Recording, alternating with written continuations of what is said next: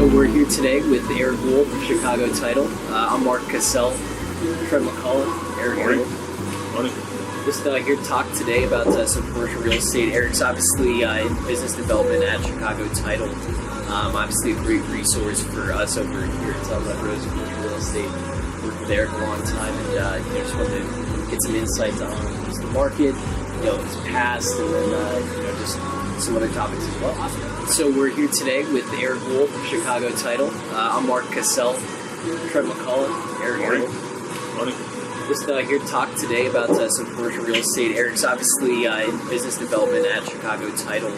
Obviously a great resource for us over here at South Rose Commercial Real Estate. Worked with Eric a long time, and just wanted to get some insights on just the market, his past, and then just some other topics as well. Eric, be here. Thank you for joining us, Eric. Eric, I think we should start off with a little bit about yourself and what brought you into commercial real estate and kind of where you've grown from there, and let the audience get to know you a little better. Sure. So I'm Eric Wolfe again. I'm Vice President of Commercial Sales at Chicago Title. I've been with Chicago Title for 4 years now. I've been in the commercial real estate industry in Phoenix for 17 years. Started my career at Marcus & Millichap in 2002, 2 weeks out of college.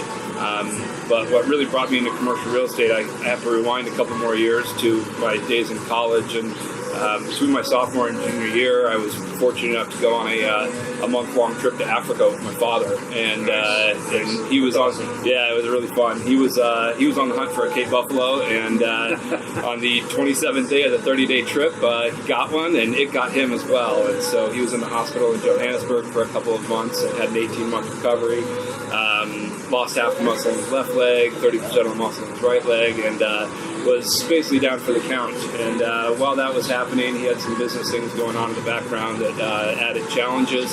And, I was kind of in college thinking that I was going to go be a financial advisor in Oregon when I graduated, moved back and kind of take over the family biz. And I followed footsteps, and my dad was still recovering from his injury and in a lawsuit, and the market was not doing very good. And he said, go find something else to do. And I had a friend of mine who I knew through college that owned part of a Century 21 branch. And so I was going to just move to Phoenix and do residential real estate sales. And a family friend in Oregon, who fortunately was, worked at Marcus & Millichap, was having, lunch with my mom and said, hey, if he's going to do real estate in Phoenix, he doesn't want to do residential. He really wants to do commercial. So he guided me a little bit, and we developed a relationship, and he wrote me a letter of recommendation for the local office, got my foot in the door, and then I was an investment sales broker at Marcus for the first 6 years of my career. Very good. Very good. Yeah. Did you start right out of the gates, just in one specialty? Was it strictly multifamily or retail when you started out? Yeah, honestly, I started out as a research assistant. I think, just ground up and worked on a lot of different projects, got myself comfortable with the office, got myself comfortable with different processes and product types and people, and Marcus has one of the best training programs in the country, and was really fortunate. They've got an internship program, so I was in that for 12 or 18 months. Got picked up by an agent by the name of Daryl Moffitt. And Moffitt and I worked together selling apartment buildings here locally for the first few years. And great market too. Yeah, it was a great market. Right. Almost too good for a 22-year-old kid coming out of college who didn't know he was going to get into real estate and not really understanding cycles and where we were and what the opportunity was. Learned a lot of things, made the mistakes, and it was a really good time. I decided about halfway through my time at Marcus & Millichap to switch gears and go from apartments over to retail. So I teamed up with another retail broker in town, and we sold multi-tenant retail locally, and I did a lot of single-tenant, triple-net lease buyer representation on a national basis. Right. And I think that's why we can rely on you as a resource when we're putting together if any of the values or questions, or just kind of get a little bit of insight in the market of what's going on and who's doing what. So, you're a huge resource for us in that. Thank you. And from Marcus & Millichap and the experience you have there, you decided to go into more of the research analysis for CoStar, right? Or providing businesses, accounts, and whatnot. Yeah, exactly. Without CoStar. Yeah, I'd say, you made it sound really nice that the Great Recession happened and I had to find a different career. But I actually had a little stopover selling software for about 10 months after my brokerage career, and that's one of the things that I learned, and through my experience, is that the grass isn't always greener on the other side, and being in this real estate industry was really where I wanted to be. So had another friend of mine who I worked at Marcus Millichap with, played a lot of golf with, and he saw an opening at CoStar, and I applied, and I'd been using CoStar for years at Marcus and Millichap, and doing underwriting, rent and sales comps, whatnot. So it was a natural fit. It got my foot back in the door for commercial real estate, back into the market, and I tried to take the best advantage that I could. I learned a lot more about the software, a lot more about its capabilities, a lot more of the button clicks and talking about different ways to strategically use information to identify prospects, to understand the velocity in the market, and really find opportunities beyond just what's for sale and what's for lease and who's doing what. Right. So Marcus Millichap, residential, Marcus Millichap, CoStar, and now Eric is with Chicago Title as business development, as we've already mentioned. So all that is really taking a play into your experience and your knowledge, and that's, I think, why you're so good at what you're doing right now. Can you give a little bit of, a little more information on Chicago Title, your role, and how you kind of work yourself into our lives as far as commercial brokerage goes? Yep. Type of products you guys provide? Yeah, absolutely. I mean, Chicago Title, I'm very fortunate. I worked with Chicago Title for years before when I was a broker at Marcus, and I had a great mentor in Dave Miller, who is an industry vet and the king of title here, the kind of title guru, and so he's been a mentor of mine since I was at Marcus, and he saw an opportunity and saw some potential in me to be good at this job. So. The fact that I've got the brokerage and the CoStar experience has been invaluable in helping clients. So, as Vice President of Commercial Sales, my job is to generate, escrows for our company in this form of sales transactions and loan refinances for our owners and lenders policies. I focus 100% in commercial, and that's what my experience has been. So, what I love about my job is that I get to kind of pay forward the mentorship that I received when I was at Marcus, and it's just kind of in my nature to help people. I put myself second a lot of times in my career to help lift other people up, and if I can help my clients do more business, then we all win. And that's really what I feel, and where I've been really fortunate. I felt that at CoStar too, that I was in a win-win situation at all times. If I can help the clients be more successful, then I'm going to be more successful. And so I try to focus less on myself and what I'm doing, focus less on my success, because I know that'll come with my work and my efforts to help my clients be successful. Very good. Nice. I guess, what have you enjoyed the most, so far, like in your career? Obviously, you're kind of paying back, maybe right now, what have you enjoyed the most, or is everything? Yeah, I'll tell you, nothing beats problem solving through, a difficult part of a transaction and helping it get it across the finish line. I've, already collected a number of stories over the years of, either a different title company or, somebody hearing no from somebody else. And, it was coined long before I came here, but, at Chicago Title, the answer is yes. What's the question? And we really pride ourselves on that and being problem solvers and trying to find solutions any way we can. So that's been the most fun. That's probably the most rewarding is, helping somebody else be successful and work through something that they couldn't get accomplished without engaging with us and me digging in and trying to find a solution.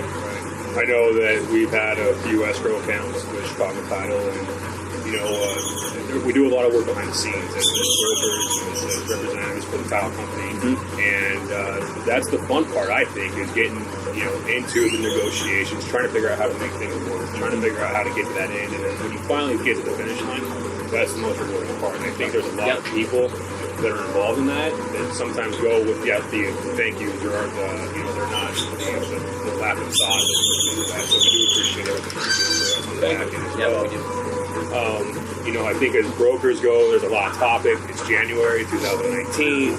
Everyone's kind of expecting this market to shift. So we're always answering questions to the best of our knowledge. We rely on our third-party resources. So I think it'd be good to hear a little bit about what you guys are hearing in Chicago Title, what your expectations are for the 2019 market, and maybe share with the audience here, what to maybe expect. No crystal balls here, but what to expect. Yeah, there's a legal liability statement somewhere, that's associated with this. Right. But no, it's actually really timely. I was at the CCIM IRM Economic Forecast yesterday morning and heard Elliot Pollack speak on the economy, and I feel a lot more confident than I did 2 days ago. I'll tell you.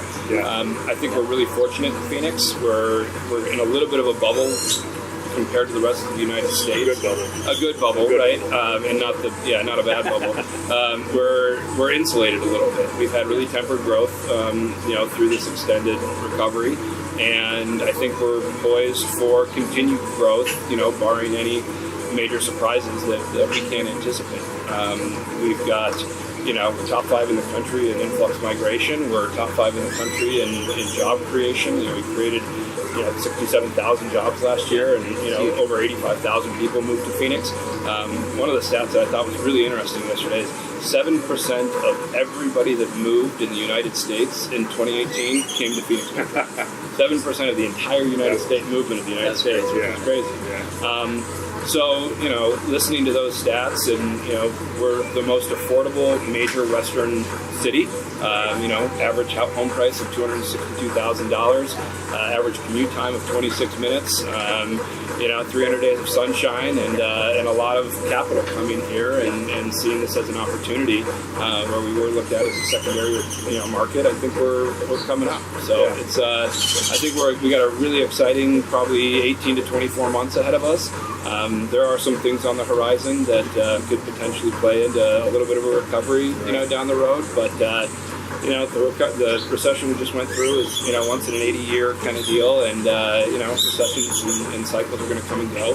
So we'll see something, but I don't think it'll be as major as people are potentially anticipating.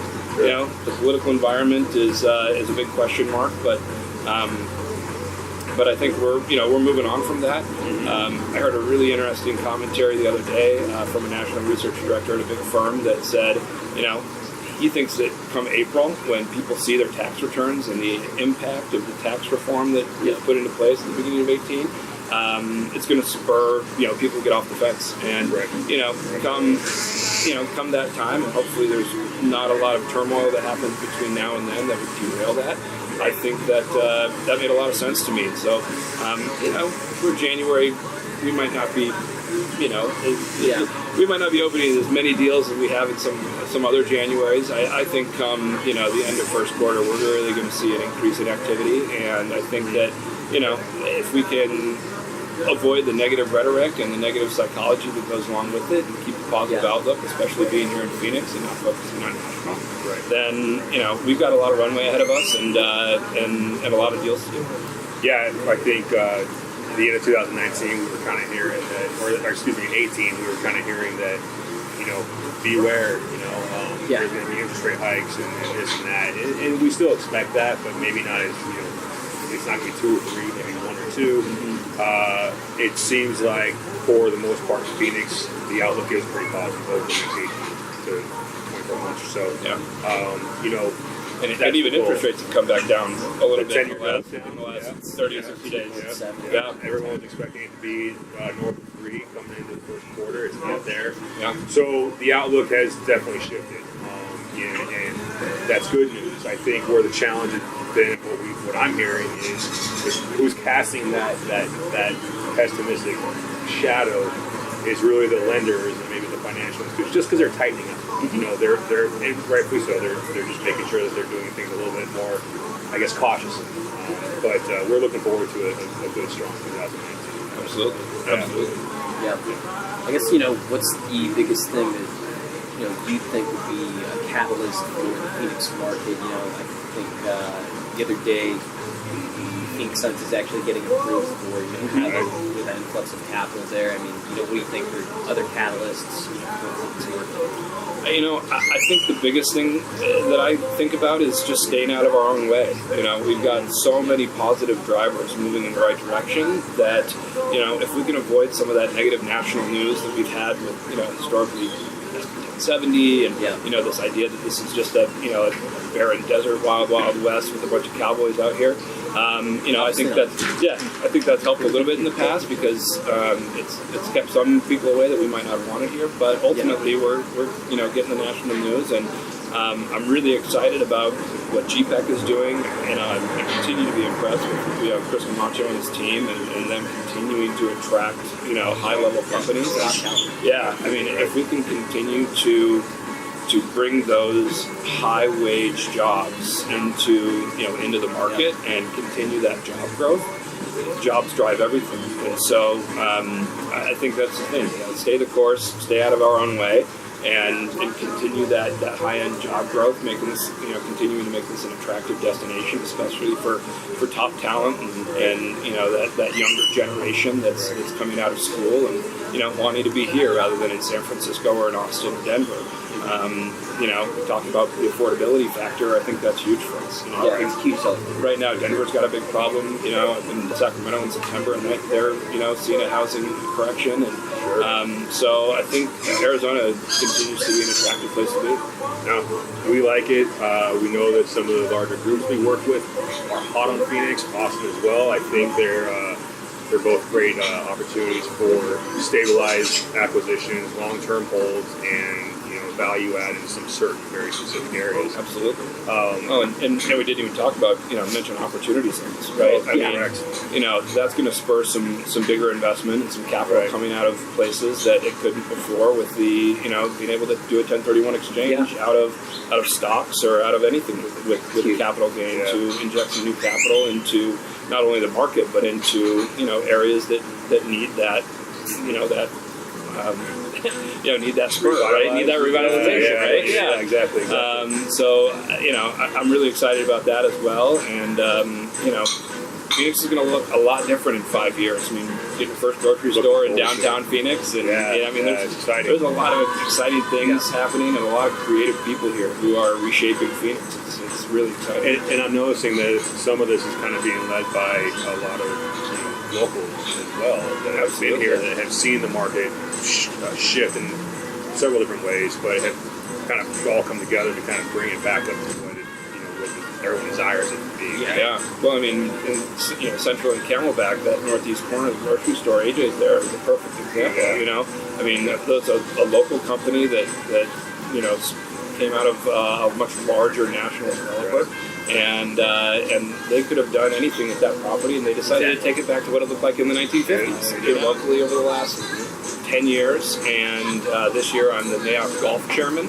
So it's my job to put on a fun tournament. So that's a big goal of mine. I'll be golf chair for the next couple of years.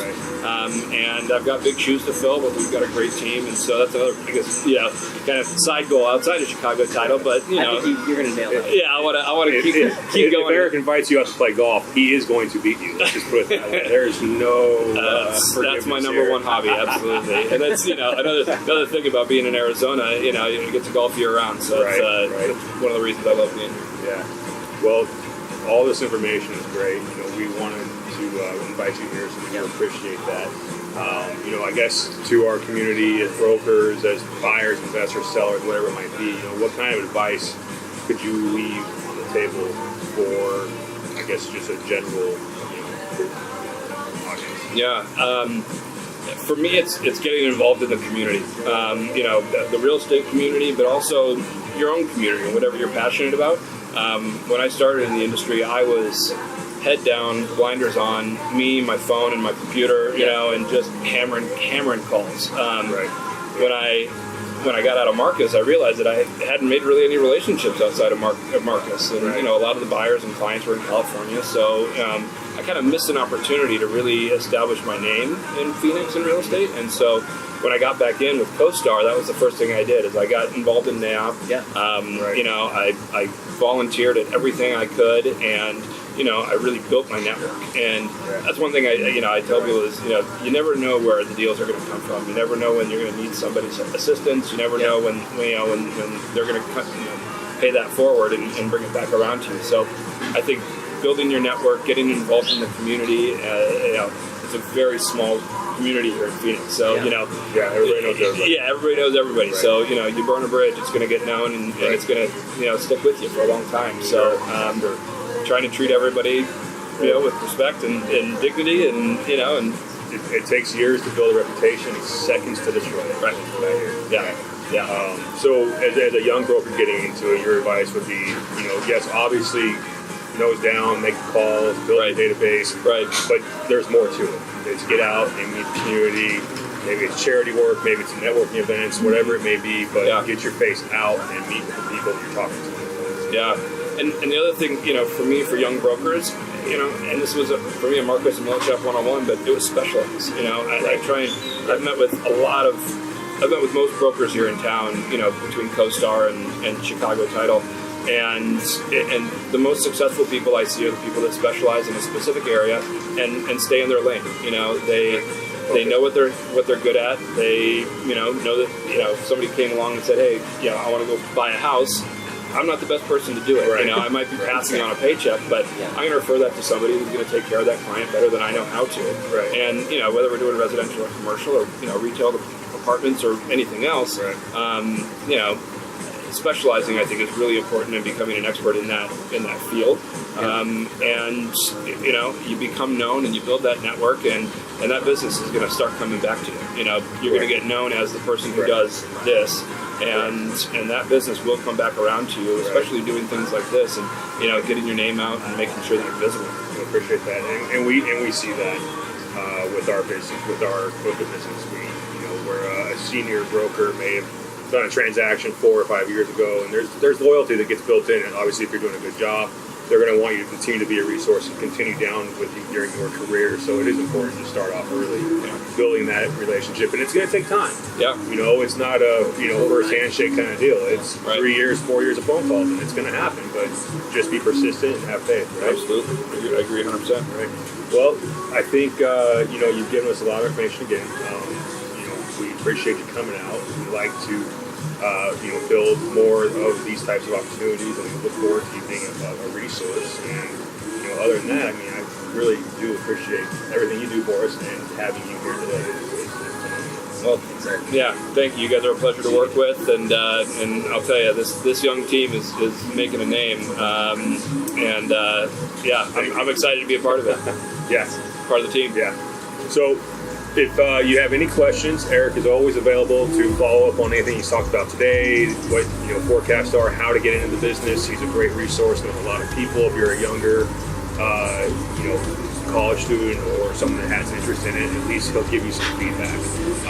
If you have any questions, feel free to call us. We can give you the information to Eric, or we can help you in any direction possible. We want to be here for a resource for our audience, our clients, our buyers, you as well. And happy Friday.